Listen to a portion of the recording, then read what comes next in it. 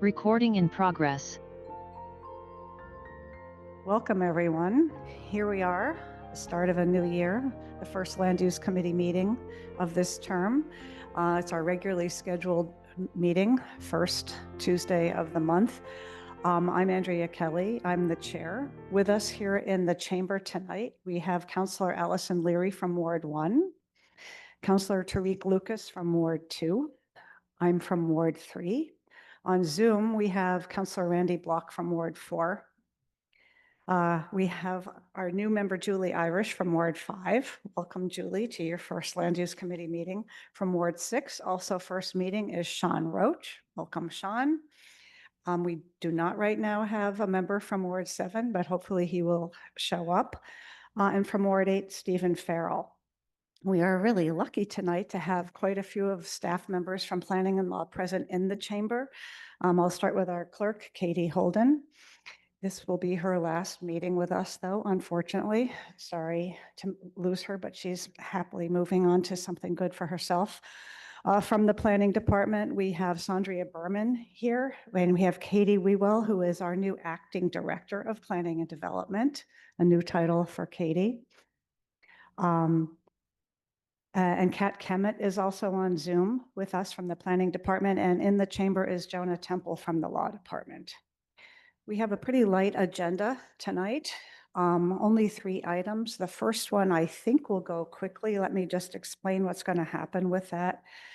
It's item number 15-26, which is a request to exceed FAR and to extend a non-conforming front setback at 355 Walnut Street. That petitioner was unable to be here. The public hearing is open. We're opening that tonight. If there's anyone who wants to speak to that, we're happy to hear you, but this item will be held and will come back to us another night. So we're not even having a presentation, but because the public hearing was opened, I want to be sure that if there's anybody who came either in person or on Zoom for that meeting, that they have a chance to speak. Is there anybody in the chamber who wants to speak on that? No, is there anyone on Zoom who wants to speak to that petition at 355 Walnut Street? And if not, that's fine, because this project will come back to us and you'll have a chance at another time. So right now I'll entertain a motion from Councillor Lucas. Thank you, Chair. First comments of the year from the committee. And because of that, I will move to hold and keep the public hearing open. Thank you. All in favor of keeping the public hearing open, please say aye. Aye. Aye. Anyone opposed? No. And we a motion to hold this item to another time also. I think we can do that on a voice vote also. All in favor, say aye. Aye. Aye.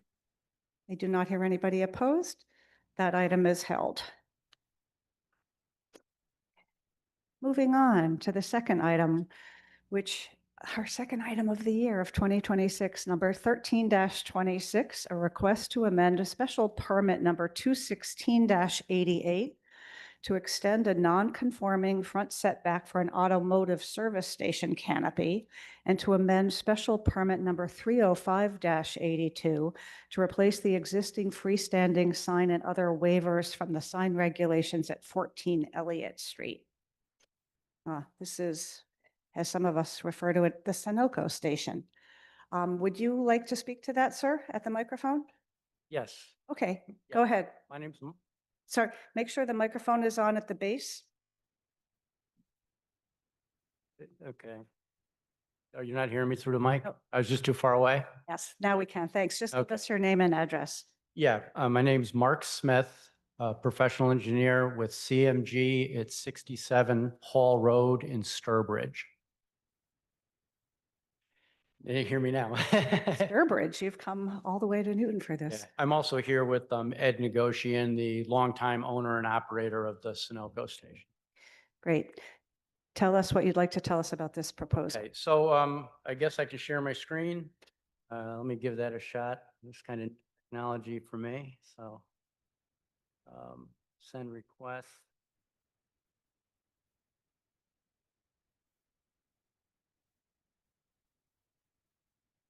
Ms. Berman, we'll get to you second this time, just because he was ready to go. Oh, Can I, do I need to do anything else here? You share? We don't see it yet. Okay, let's see. Have you joined the Zoom? Yeah, Okay. yeah, as Oh, I great. said, I'm just a little new with this, so, okay, there you are. So, okay, so we're here for, to amend two special permits related to the filling station canopy and the signage. The reason we're requesting these amendments is the station has a very old image. It's many different generations, many different styles, et cetera. So the goal here is to create a comprehensive, cohesive, much better looking modern image. So first, I'll orientate us very quickly. Okay, so this is the filling station. This is the canopy. You can barely see the building there because it's got a gray roof. This is Boylston Street, and this is Elliott Street. This is the CVS, and their cannabis dispensary is right there. Let's see. So then so this is our plan set, and this is the site the location, and let me just blow that up just a little bit. Okay, so this is what I just showed. This is the filling station building. This is the canopy. And the canopy that we're proposing is going to go back in the exact same location as far as its relationship to Elliott Street. All we're requesting, and that's why we need the modification, is to extend the canopy 3 feet in the northerly direction, right there, and 3 feet in the southerly direction. Mr. Smith, can you enlarge that image a little bit so that it's easier for people to see? That looks better. It does. Thank you. And if you use your cursor, that helps us too. Okay, so as I was saying, this is the filling station building. There'll be some signage that I'll show some elevations on over here and on the front. This is the canopy. Proposed canopy is shown in brown, and the outline of the existing canopy is by this dashed line. So you can see that we're going to want to extend it 3 feet and south. The ground sign that or the freestanding sign that we're also in here for an amended special permit for is right here in the corner of the property. And you'll see when we get to discussing the signs that there's a fence, a solid screen fence right here along the northern side of the property. It has some gas station signs on it. So let me, so I'm not that familiar with this technology. So, all right. So, yeah. So, this is a comparison. I'm going to have to shrink this a little bit so that we can, kind of in my own way here, I guess. So I apologize.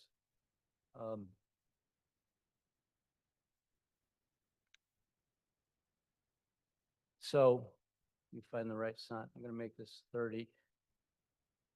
Okay, so first we'll just run through the canopy very quickly. This is the existing elevation of the canopy on the north end. It's got a big Sunoco sign on it.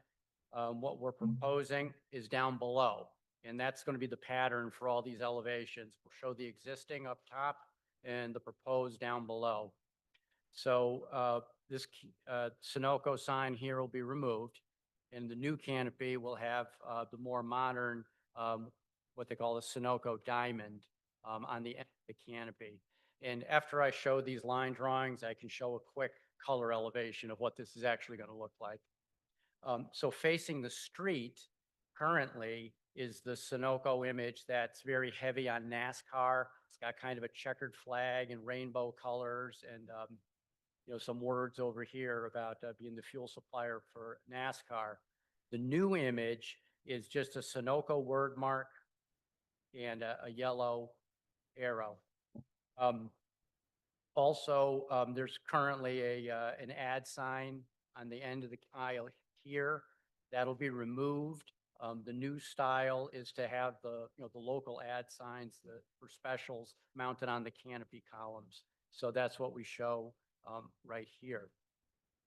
On the building, that's where we're, I think, really cleaning up the signage. Once again, the north elevation showing the existing building is here where my cursor is. It's got this pylon, basically a chimney. It's got a lot of signs on it. We're going to get rid of those. It's got that same NASCAR checkered flag and color bands. Those will be removed. All that we're going to keep on that north side is the advertising sign mounted on the side of the building. On the front of the building, same thing. You've got that checkered flag look, the rainbow. There's a banner for state inspections, and a Sunoco logo, word mark. That also will be cleaned up. Once again, no signs on the chimney up top.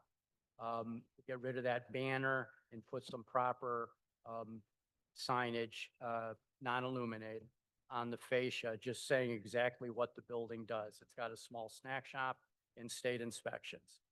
I also show a color elevation so you can see what these actually will look like. And then the final group is the freestanding sign, which is currently a little bit of a hodgepodge. It's got the Sunoco diamond and then some price signs and a state inspection sign mounted on the side. The new sign will be much more organized. It's actually a smaller sign, same height, but smaller square footage. And that's just a twin pole sign with the logo and the price sign, and then also advertising the inspections and the snack shop. The final signage is that fence that I mentioned before. Currently, it has the gas station signs on it. Air machine, oil change, vacuum, and inspections. It also has 3 other signs on it. And under our proposal, we'd like to keep the gas station signs, but we're going to get rid of those advertising signs that were on the fence.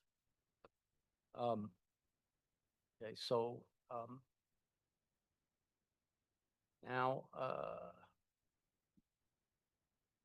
this is just to give you a little bit of an idea of what the signs actually look like.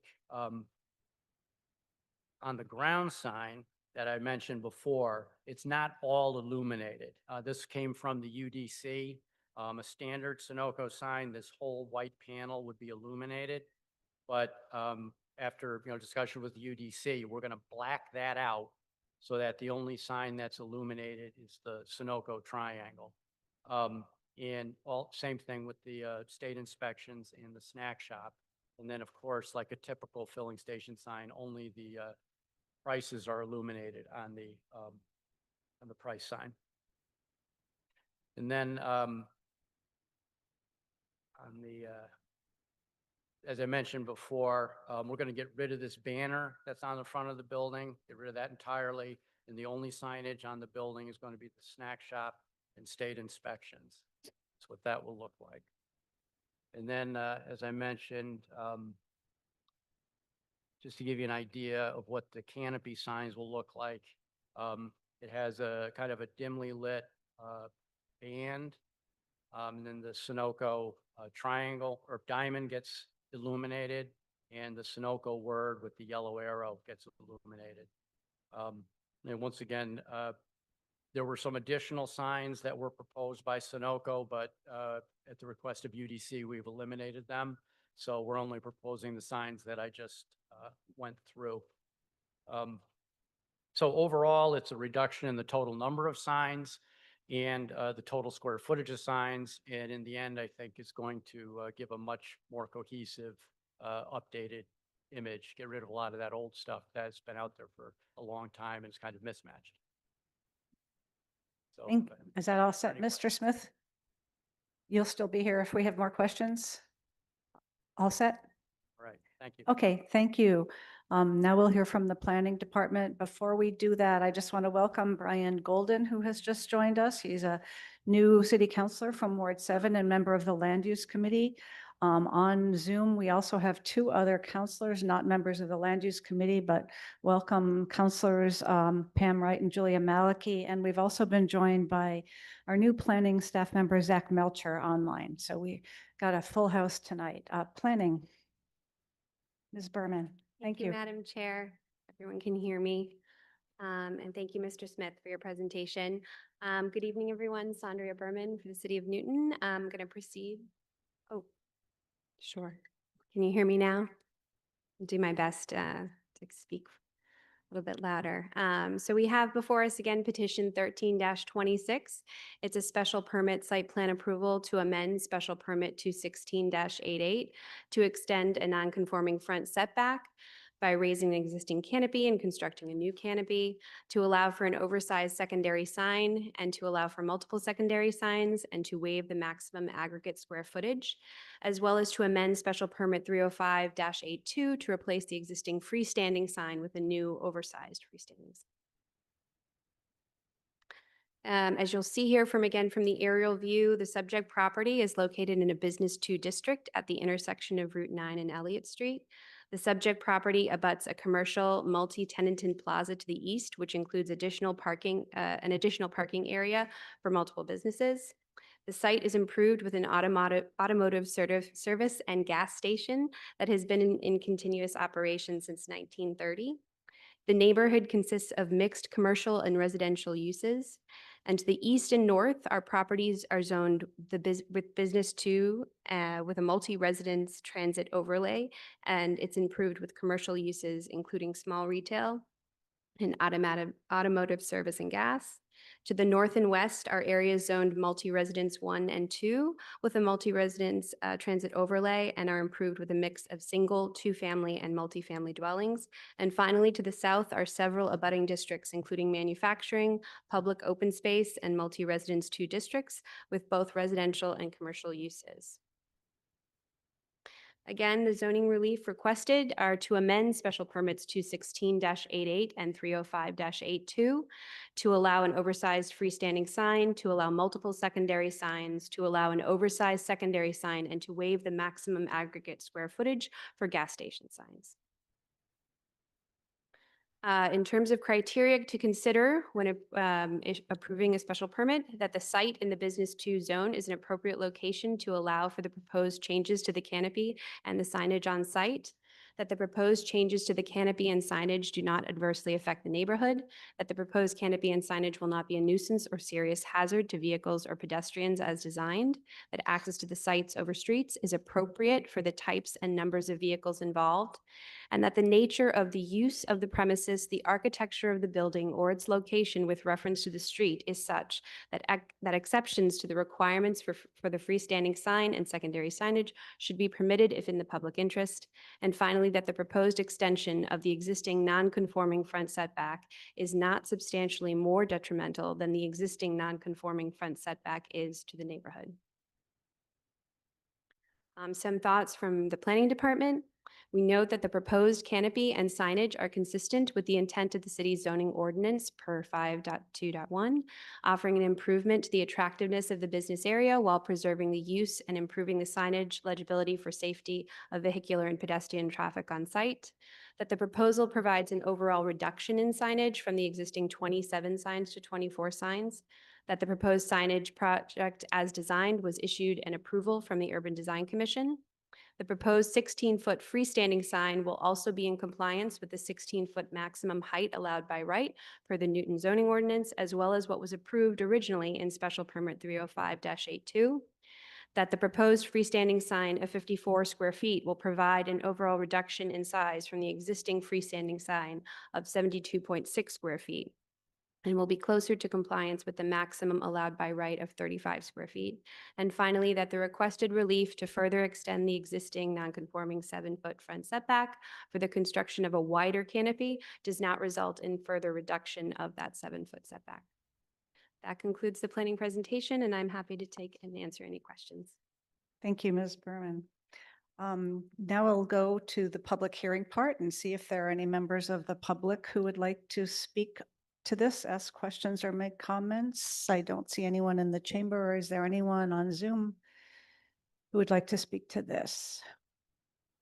Again, I don't see anyone, but if you're there and you change your mind, raise your hand and we'll come back to you. We'll take it into committee for questions and comments now. Councillor Leary. Thank you very much, Madam Chair. I just have a couple of questions, but Mr. Smith and Mr. Negosian, I think it's a nice improvement. I like the way that you're making it cleaner, a cleaner look and less busy. My only real issue is, the residential area on the other side of the gas station. We did get an email with some concerns about, any illumination that could possibly go off-site. It doesn't look like there's going to be any, but I wanted to ask if the canopy lights were going to be a brighter wattage or illumination than what you currently have now. No, they would be similar, and I'm actually going to look over at the owner here. Are you already LED with your new? Okay, so they already currently have LED lights there now. And I don't know the exact kind of lighting that's there now, but I know that the new lighting, it's flush with the deck. It doesn't drop down like the old kind. So it cuts off very close to the edge of the canopy. That's one of the big benefits of the LED lighting. Okay, because I know we do have also an ordinance around letting light go outside the site. Right. So I'm sure that would have been caught by. Yeah, and so, we've done a number of these, and you can do a lighting plan. It's a point-by-point foot candle plan, and with the new LED lighting, you can cut, once you get outside the canopy, you're, down to 1 or half a foot candle, like almost immediately. You have a real square cutoff. So there'll be no light that No, will bother there any will of the be light residential. spillage. No, Okay. it's not like the old kind of lights that used to hang down. Okay, and just my other question, I was just curious, why did, on your canopy sign, why did you lengthen it north and south? Was there a The reason for that? canopy? Yeah, Yeah. Currently, it's a full serve gas station, and they've been operating it a long time. And if you ever go there, you have the 3 pumps, and it's so close that the attendant has to constantly coach people to pull up close to almost bumper to bumper to the people. yeah, I have gotten gas there, but now I have an EV, so I won't be Yeah, going back. and so we knew it's a small site, but just giving Yeah. it that 3 feet in each direction, that's instead of being, 6 inches from the car. So it's front- maneuvering room? Is that Pardon what me? it's like more maneuvering room? Yeah, for- right. That 6 feet goes right directly to the pump spacing. So now the cars, Okay. instead of being almost touching each other, you've got some space. We think it'll be a lot better for the attendant, who can go back and forth, and also make it a lot easier for the customers because they're not going to have to inch up right behind the guy in front of them. And keeps the rain off them too. Oh, yeah, a little more coverage, sure. Of course. Those are my questions. Thank you very much, Madam Chair. Councillor Farrell. Thank you, Chair. And I agree completely with Councillor O'Leary on most of this. Just curiosity, is the space between the pumps being widened? Or they will stay the same?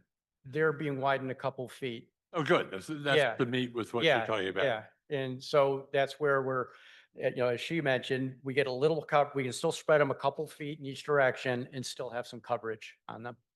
I personally thank you for that. Yeah, it was very tight, yeah. All set, Councillor Farrell? Okay, Councillor Roach.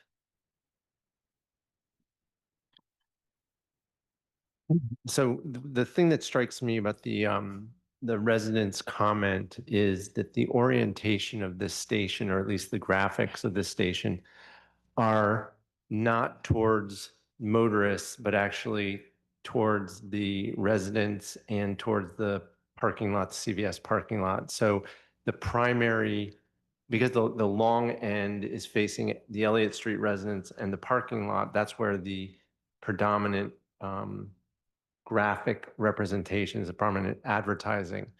I will note that if we look at the permit plan, and I'll just raise it up so you can see it. The existing canopy sign, so that the top part has no illumination at all, and that the proposed, and you're calling it the west elevation, I assume that that's the elevation that the residents face, has illuminated copy, illuminated chevrons, and an illuminated band. So all of those elements are new illumination, correct? Yes, correct.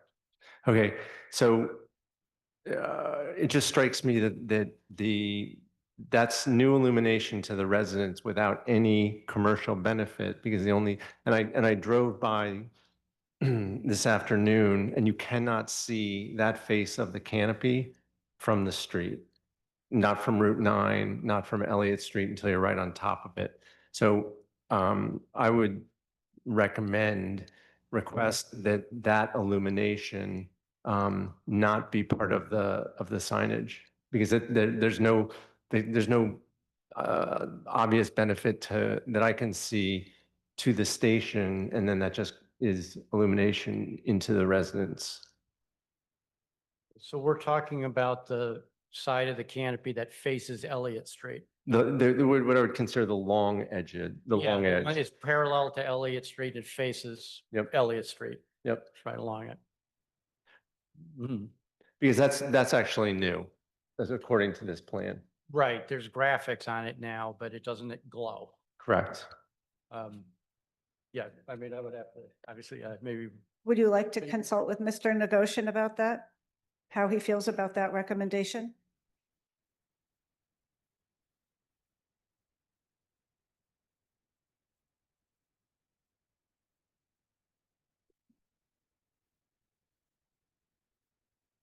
Good evening.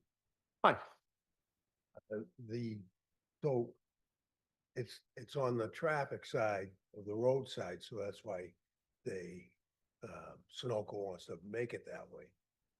No, I understand that. And I think that in a station that is not kind of oriented the way your station is, that long end would typically be on a noticeable to traffic, but you can't see that sign. You can't see that side from Route 9.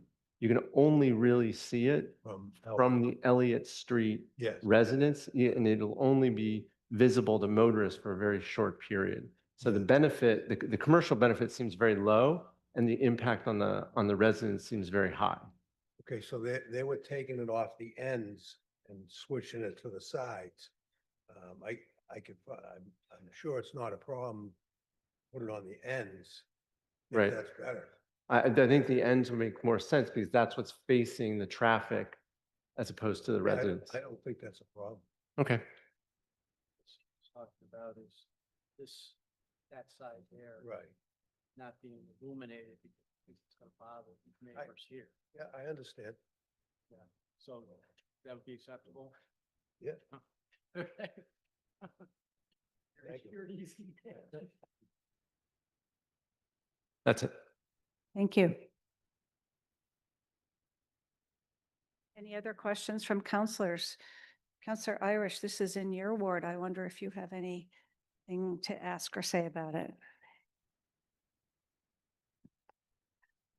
We usually go to the ward counselor at some point. Oh, just to see thank what you your very thoughts much. are.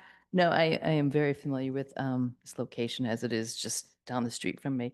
I agree that it will be improvement from the existing in terms of the attractiveness from the street. And my only other question, but I think it was addressed by Councilor Leary, was about the illumination under the canopy, if that would be changed at all. And that was my concern of whether that would be seen or proceed from to the residents, or the roadway as additional light. But I think that sounds like that'll be kept within and will not be sort of reaching out beyond that. So no, I'm looking forward to improve and the flow of the traffic, which existing does create a little bit of the traffic being jammed up and people can't pull up enough, having experienced that many times. So I think this will be improvement and actually safety in extending the length where they can pull up. So look forward to the changes. Thanks for now. I'll come back to you for a motion. Any other questions or comments from committee members? Oh, Counselor Block. Sorry. Go ahead, sir. Okay, thank you, Chair. Sorry I can't be there. I'm battling a cold. We're Um, happy that you did not bring those germs into the y- y- chamber. Well, I think they're probably there one way or the other, but um, Get I'm cu- well. thank you. I'm curious about the construction time and um, when you would anticipate doing this. How long is the construction time approximately? And is the station going to be closed during that time or still try and operate? Well, just give us a little sense of that, please. Yeah, there's a maintenance project that's going to happen there as well. The underground tanks have to be replaced. They're all obviously underground, so it has nothing to do with the signage or the canopy. But I imagine you would try and coordinate the two projects. Yeah, so if he's doing his signage image upgrade at the same time as the tank replacement, I would, given the length of time it takes to get tanks nowadays, it could be 5 months before the start of the project. And then a project like that, I think, would probably take 6 weeks or so to complete. And if uh, they wouldn't be able to sell gas during the project, I'm just going to look over. Ed, would you try to keep your inspection bays open? Yeah, looks like he can keep the building open during the project. So what sort of community notification system do you have to let the nearby residents know when things are starting and stopping and that sort of thing? Have you got a system for that? Uh, I don't have I'm a civil engineer. We do a lot of these kind of projects, but generally we don't have a system, for notifying the neighbors. But that doesn't mean we couldn't do such a thing if it's desired. Sure. Well, maybe I'll leave that up to the Ward 5 counselor to kind of pursue. I get in Ward 4, which I represent, there are lots of construction projects going on, and the immediate neighbors very much appreciate notification of major changes that are being undertaken. So that's it, Chair. Thank you very much. Thank you, Counselor Block, and we hope you get well soon. If there are no other comments or questions from the committee, I just have a couple of things before we go to a motion on this. One is to say that I, along with everyone else, I think very much appreciate that there's a reduction from 27 to 24 signs on site. There is a lot of signage on this site. So a reduction at all and a sort of cleaning up of that aesthetics is something that we're grateful for. I'm also glad to hear that you went to the UDC and they approved this. That matters to us. We really like that to go through Urban Design Commission first. So I like that. My question, which is a little different than Councillor Leary's, hers was about the canopy being expanded. I'm not clear, and correct me if I'm wrong in this understanding. The oversized, you want an oversized freestanding sign beyond the 50 square feet that is typically permitted. Why is it you think you need that 3.8 extra feet of signage area versus conforming to what we have in our ordinance? Yeah. I'm sure you've heard before, these signs come in certain widths. And so I think what puts us over is the snack shop and the inspection panels, which are two of his key businesses. But That signage couldn't be made to fit in the standard size of a 50 square foot sign? Or reduce the size of them so that Yeah. it fits Well- with, the reason 50 is established is that's the typical maximum size that UDC likes. Yeah, I just talked to the owner and the least important panel in that hierarchy is the snack shop panel. So if if it's important to get rid of that, so we stay under that precedent of 50 square feet, we can do that. I think it's helpful to let people know what your services you're offering, but my question, really, it would be much easier for me if you were within that 50 feet. Yeah. Well, I don't know how anyone else feels about it. Maybe it doesn't matter. It's just, I'm sometimes a little bit of a stickler for stuff like that. yeah. So I guess, I'm not trying to say it's not important to the business, but looking for a balance, it is on the building. And I think for the most part, someone going to a filling station expects the cashier area to have, snack items for sale. So obviously love to have it on the main sign so that all the services are shown. But if that's, not palatable, we could eliminate the snack shop. Let me just get a sense of the committee if that's something that matters to anybody else. Does anybody else care about the exceeding the maximum square footage that we usually recommend? Is that not important or not? Councillor Farrell? Chair, I understand your point. I've been going in and out of this gas station for 25 years, and I don't find that sign obtrusive at all. And I do think it is one of the ways you can see from Route 9 what the services are that are being offered there in addition to the gas. It has come down a little bit, and I think that's terrific, but I personally don't find it obtrusive. Councillor Thank Roach? you. Thank you, Councillor Farrell. Given the petitioner's willingness to address the illumination on the Elliott Street side, happy to give a little quid for the pro quo. Love the spirit of negotiation. Any other comments? Because I'm willing, that's not a deal breaker for me either. I just wanted to raise it. Anyone else care? I Councillor agree Leary? with Okay. Councillor Roach, yeah. So that's not going to be part of it. I think that we're done with comments. Yes, Councillor Irish. I just wanted to follow up actually on Councillor Block's question about construction. Given that it is a busy area with the CVS and the other businesses nearby, when the construction would occur, would that interfere with any of the entry or exit points around the CVS or the other businesses that going in during construction? Yeah, I'm gonna say that I don't think you would be allowed.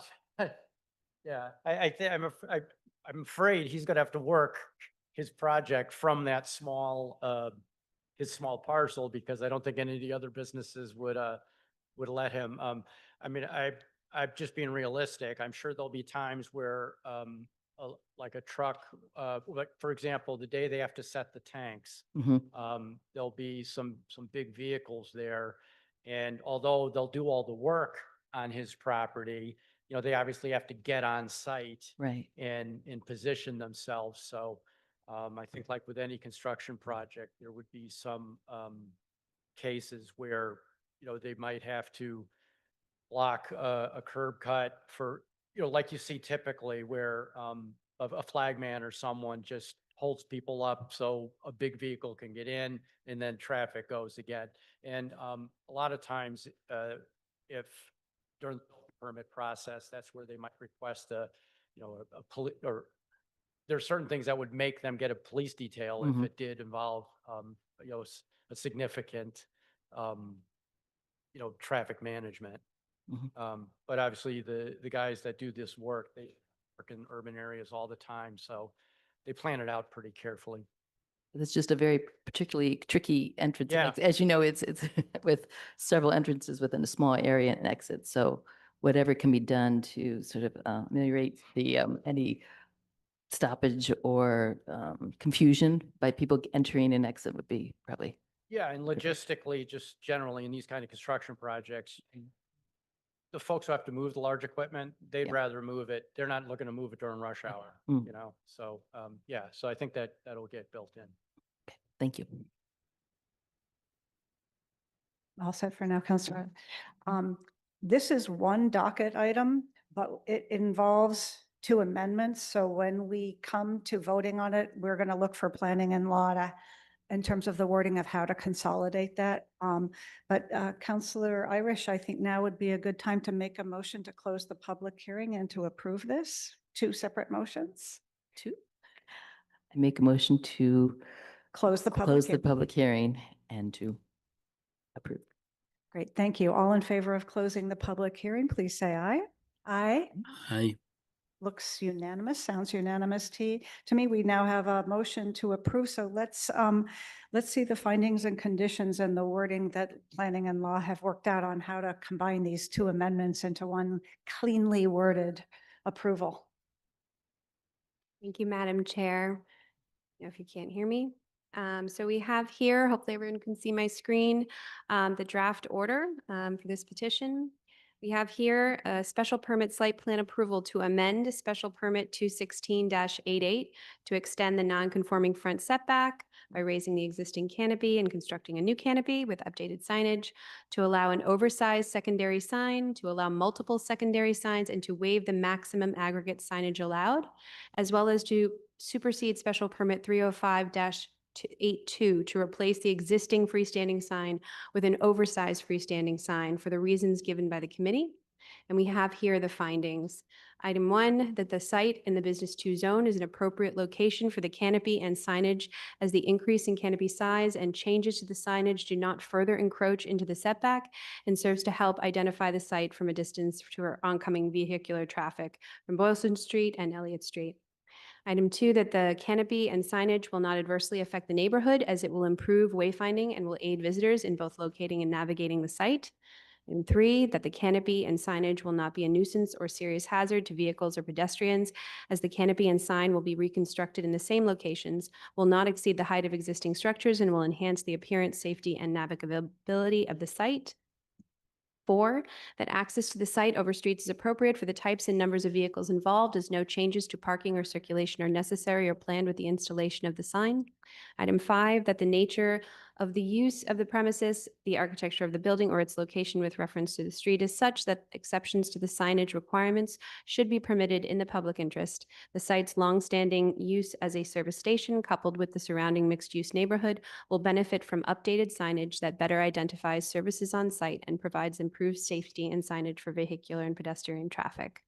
And finally, item 6, that the proposed horizontal extension of the existing nonconforming front setback is not substantially more detrimental than the existing nonconforming front setback is to the neighborhood, as the proposed extension of the canopy does not encroach deeper or further into the front setback than the existing canopy. We have the petition number here. We have the petitioner's name and information, the location of the site, that the use will remain the same. And then here we have the relief granted allocated to the respective special permits. And finally, here the language that one amends and one supersedes.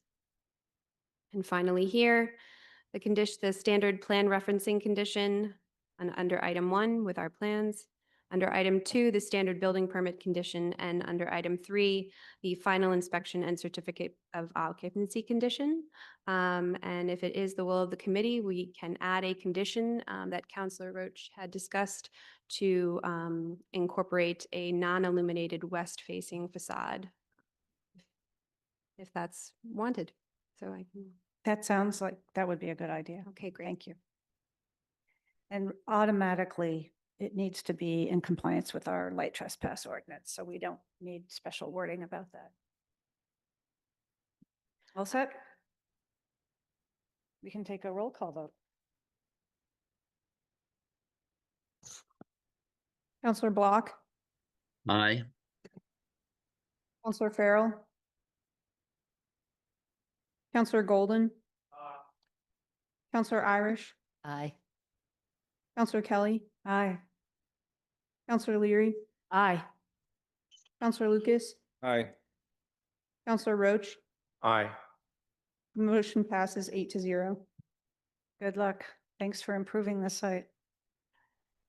Our last item for the night. Oh, before we get to that, I want to welcome, we've been joined by City Council President John Oliver from Ward 1, who's on the Zoom call. Welcome, John. Thanks for coming to Land Use on a free night.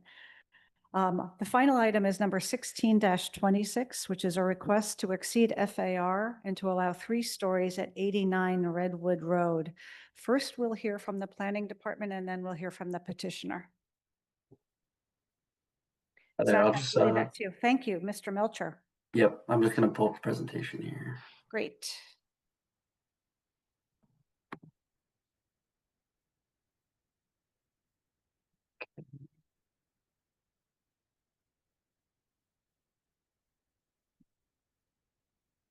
Can you see the presentation? Yes. Okay, great.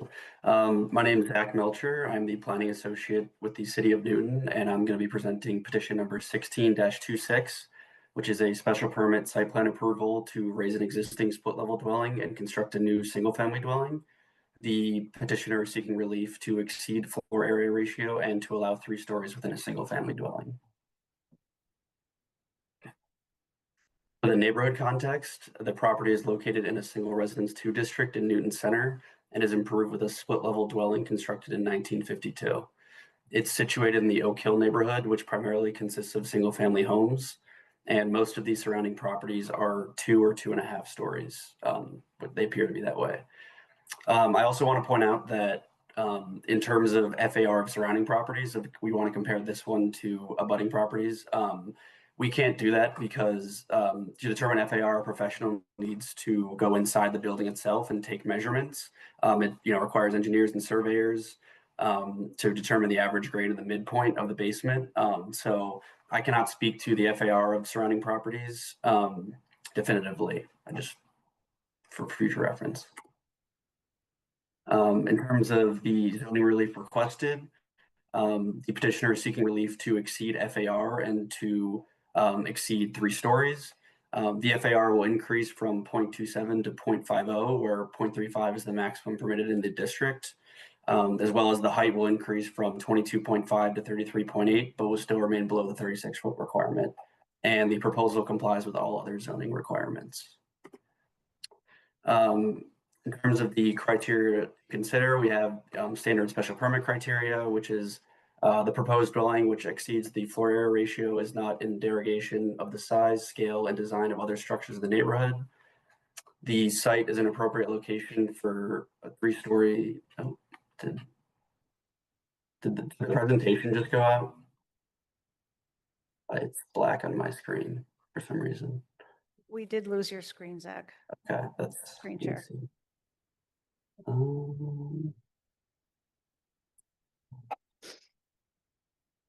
We're working on it. Hey, Zach, it's Katie. I think you just have to go back 1 slide. I think you just reached the end of the presentation too soon. Yeah, let me see. Nothing happens when I try to click I can stop sharing and try it again. Let's see. Okay, let me try to pull it up again. Sorry about that. Thank you.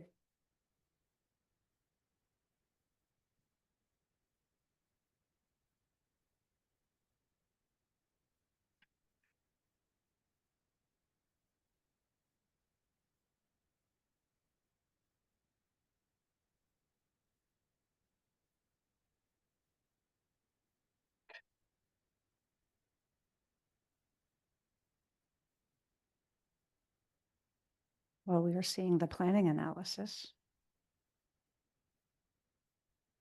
Is it up now? Yes. Okay, or let me go back a slide. Okay. With the criteria, yeah, I'll just go through this again. The proposed dwelling, which exceeds FAR, is not in derogation of the size, scale, and design of other structures in the neighborhood. The site is an appropriate location for the 3-story dwelling, which exceeds the floor area ratio. The proposed 3-story dwelling, which exceeds the FAR as developed and operated, will not adversely affect the neighborhood. There will be no nuisance or serious hazard to vehicles or pedestrians. Access to the site over streets is appropriate for the types and numbers of vehicles involved. Now, for the analysis, planning does not have significant concerns with the request to allow a 3-story structure that exceeds FAR. However, the petitioner has options to comply because this is a new build. And then just to kind of elaborate on the 2.5-story, 3-story piece, the proposed dwelling presents as 2.5 stories from the street level, which is in line with the scale of the surrounding properties. The building is classified as 3 stories because the midpoint of the basement is slightly higher than the average grade, which means that in this case, the basement counts as the 1st story and therefore is a part of the FAR calculation. And as previously mentioned, the FAR will increase from 0.27 to 0.50, where 0.35 is the maximum permitted in this district. Also wanted to note that the existing driveway will be replaced by lawn, and the new driveway will be relocated to the left of it. And the curb cut will be relocated as well. So that concludes the presentation, and I'll open it up to questions.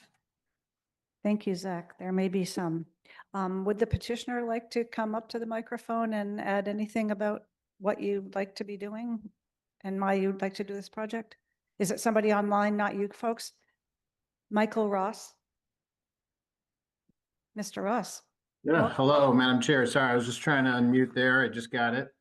Happy New Year to you and to members of the committee. I wanted to be there.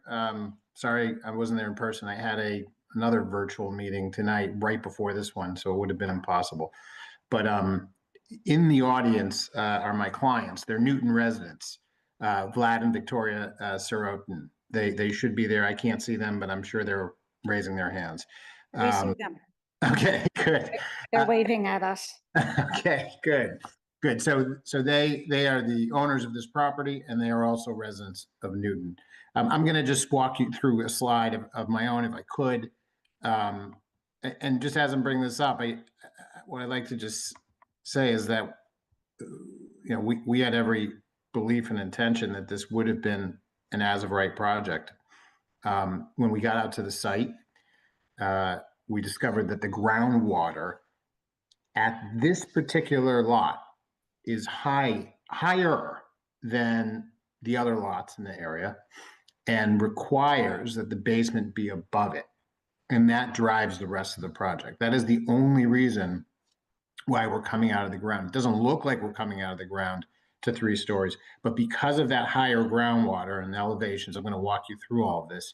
That's what's driving this. That's the only thing that's driving this. So kind of a classic kind of almost a variance argument where you're saying it's unique to the topography and to the conditions of the soil and of the land that we're on. So this is 89 red. Can you see the screen, Madam Chair, members? Mr. Ross, can you do a full screen for your Zoom? Yeah. Yes.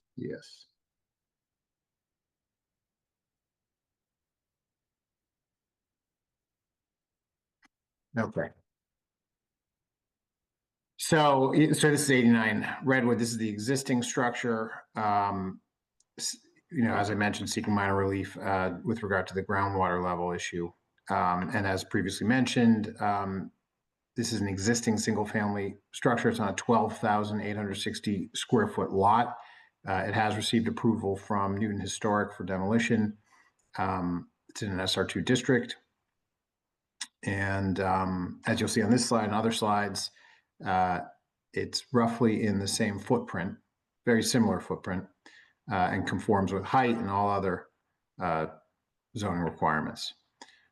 Here's the footprint of the existing house in the dashed green and the proposed house. They are roughly close to each other and complying in the other ways I mentioned.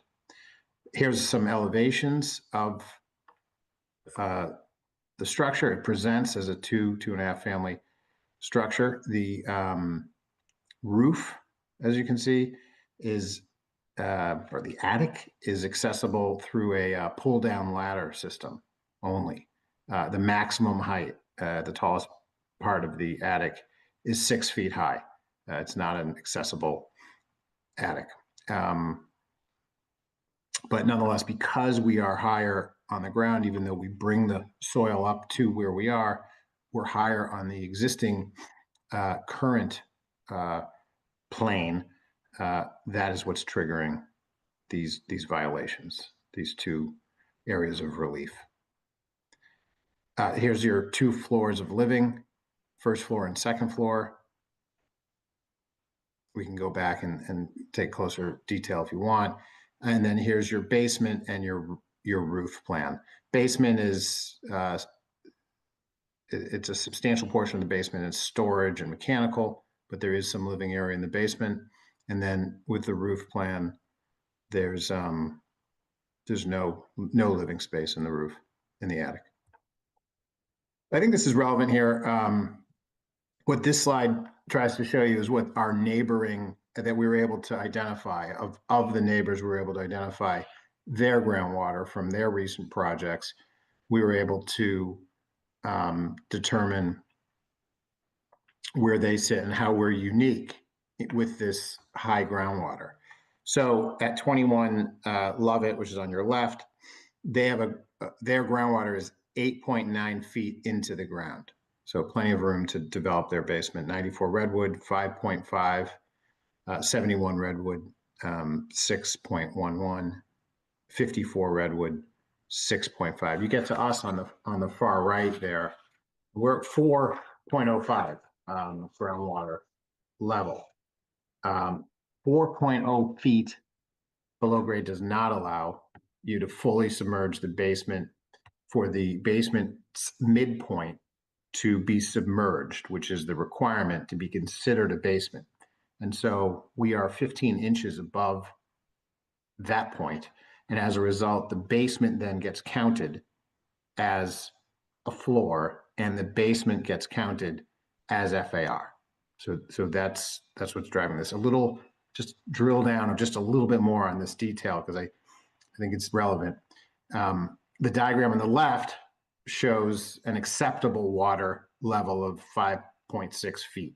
So in this scenario, 1 foot is required to be above the water level to commence the slab. And then from there, you construct the basement. From there, you should be able to get your basement in within the midpoint to fall below the average grade, thus making it a basement. On the drawing on the right, which is our condition, you can just see the dilemma. Our water level is at 4.05. Once you go a foot above that, slab's installed, the basement is reached, you're 15 inches over the of the existing average grade of the midpoint.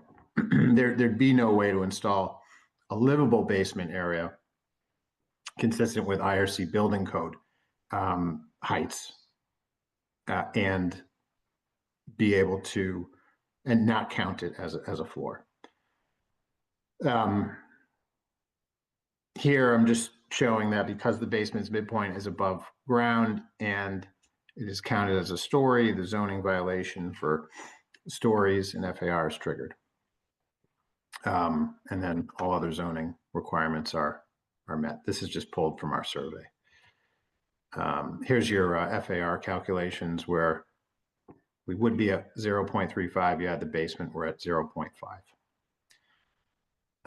These slides are helpful to just show you other properties in our immediate vicinity, directly across the street from us. You know, we are most certainly within the same size and scale of our immediate neighbors. This is to the right of us, just kitty corner to us. Yeah, it's possible these folks built prior to changing definitions within the zoning code. In any case, their scale seems to, in some cases, be larger than us. These are all nearby structures that I wanted to share with you.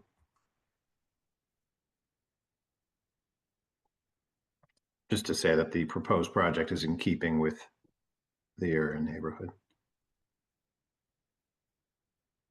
So in conclusion, the project seeks the minimal relief necessary to overcome circumstances of our groundwater condition, which is unique to our land specifically. And for this condition, the height of the groundwater, but for the height of the groundwater, this would be an as-of-right project. I'm happy to answer any questions that the group may have. Thank you. Thank you, Mr. Ross. Thank you. Before we take it into committee and come back with questions for the petitioner or planning, are there any members of the public who would like to speak to this?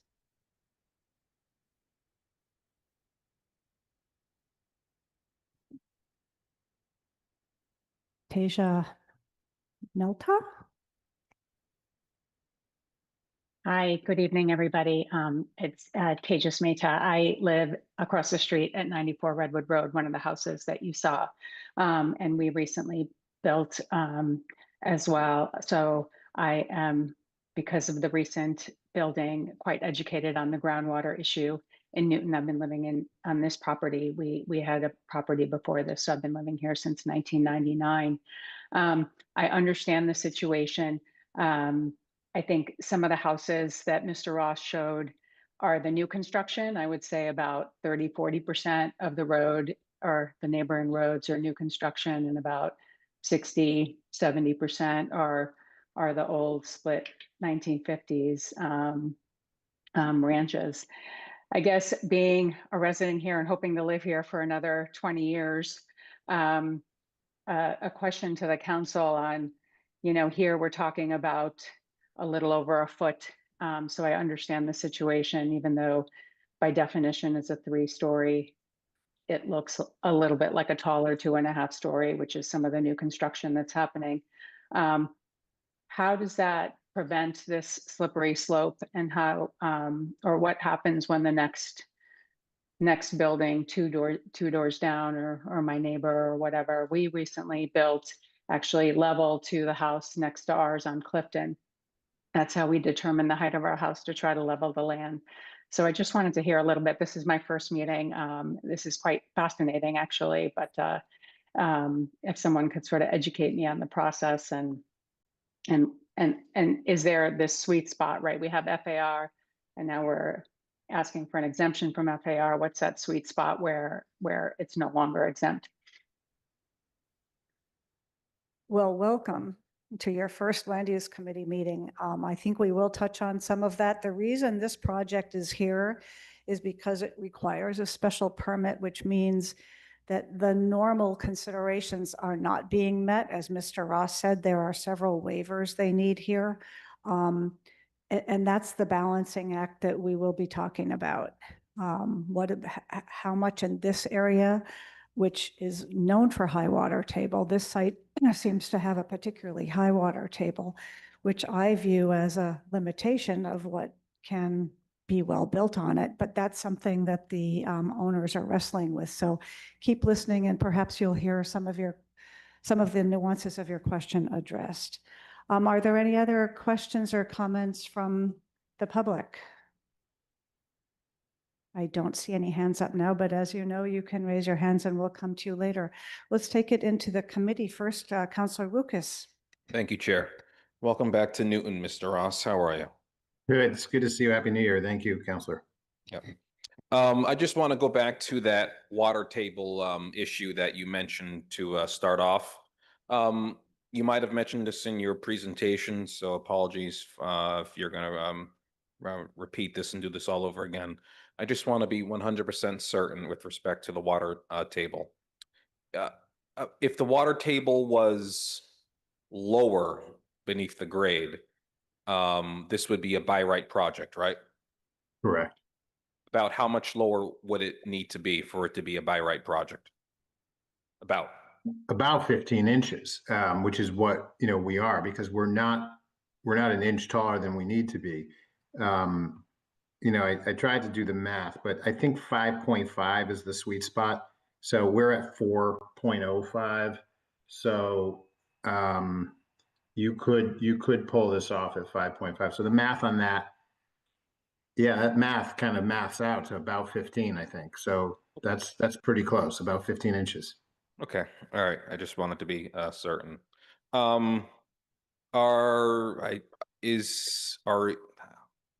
Are your clients changing the grade to the site? Yes, they are. So what they're going to do is they're going to pull the dirt up appropriately, so it reads as a 2-family property, as you would do, to reach the stairs, to reach the driveway. You would do this on any project, and if we were lower, we would do this anyway on the project too. You'd still have to do it. So there is always going to be a regrading. I think the old law might have allowed you to, and there's a debate a little bit with some of the old law on some of the old zoning, would have allowed you to count the new or potentially the average of the new and the old, and I think it was treated a little bit differently. And the new law requires you to count the lesser of the two, the lesser being the existing would be the lesser than the proposed. The old law, if you bring the dirt up, that's what you're counting it from. So I think some of these plans probably were built, some of these developments were probably built before that law changed. And you're getting really into the weeds on this particular issue. For us, it's almost doesn't matter because this water table pushes our project out of the ground and forces this issue, which now is in front of you. Okay, thank you, Mr. Ross. I just want to talk the planning. If they are changing the grade, we measure the grade from the original grade. We changed that last term, right? Ms. Wewell or Ms. Berman? Hi, this is Katie Wewell. We would use the original grade if it were lower. So it's whichever is the lower of the two. If the proposed grade were lower, we would measure the height from there. However, I can see the two calculations here and the difference is pretty negligible. I think the existing average grade or the original grade is the lower of the two. So that is what they're measuring from. So the building height is measured from that original lower grade. Okay, yes, okay, good. And that's going to be 33.8 feet, which is beneath the 36 feet of the maximum height allowed. Just wanted to be certain on that, Mr. Ross. And I think you showed some homes in the neighborhood. This 33 feet, it's around the same height as the other homes, correct? Correct, or we believe even shorter.